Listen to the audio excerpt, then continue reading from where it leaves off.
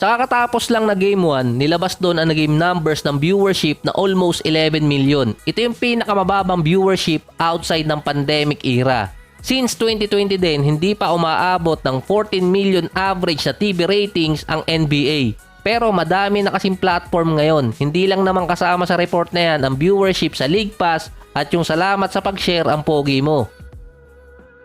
Mataas pa rin ang audience share after ng Game 1 sa pagitan ng Dallas at itong Boston. Sa playoff record naman ngayong 2024, ang Celtics 5-0 kapag si Tatum ay nasa below 40% sa field. Base din kay Jason Tatum, kinakabahan pa siya nung Game 1.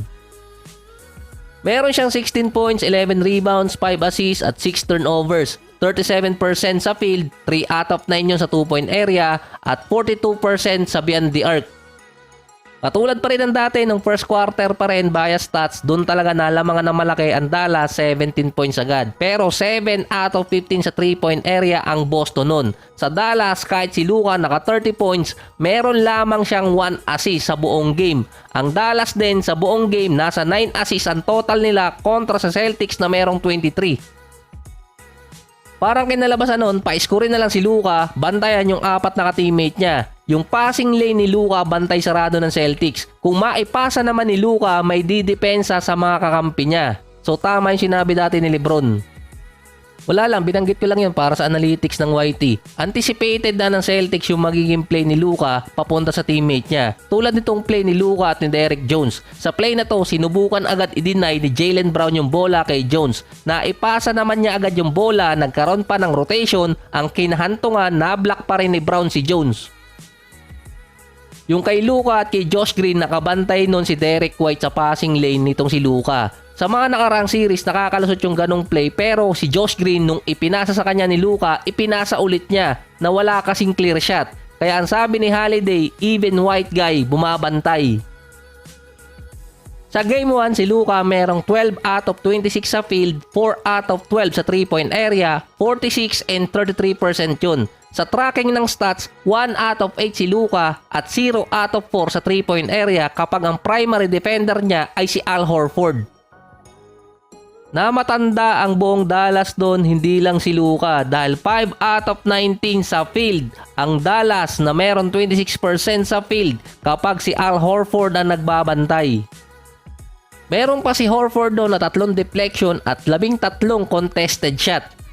Yung adjustment doon para sa Dallas sa Game 2, syempre si Kyrie, kasi parang nabarang siya nung Game 1. Yung manika, pinaglalaroan na lang ng mga fans sa isang bar habang nanonood ng game. Yung isa pa doon, 3-point shooting ng Celtics. Base din sa ibang preview sa mga website, yun talaga yung kailangan pigilan ng Dallas noon. Nung nagkaran ang Dallas noong third quarter, si Luka nakapagpasok noon ng 3-point shot. Si Kyrie 0 out of 3. Wala nang player mula sa Dallas ang nagkaroon ng attempts. Sa Boston naman, meron tig isang 3-point shot yung 4 na players ng Boston Celtics. Bukod dito kay Tatum, ang 6 na players ng Celtics nung nasa third quarter, 5 kasi doon merong mataas na 3-point field goal made.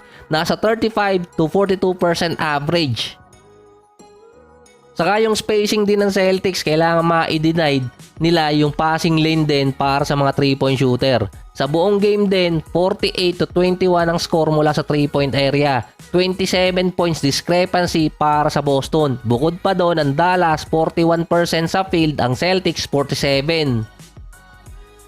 Bukod pa doon, lamang lang din ang Dallas ng nasa 8 points sa points in the paint, 46 to 38. 18 turnover points naman ang nakuha ng Celtics kontra Dallas. 13 points naman ang napakawala ng Boston. Ito kasi yung yumayari sa Dallas din sa mga nakaraang series nila.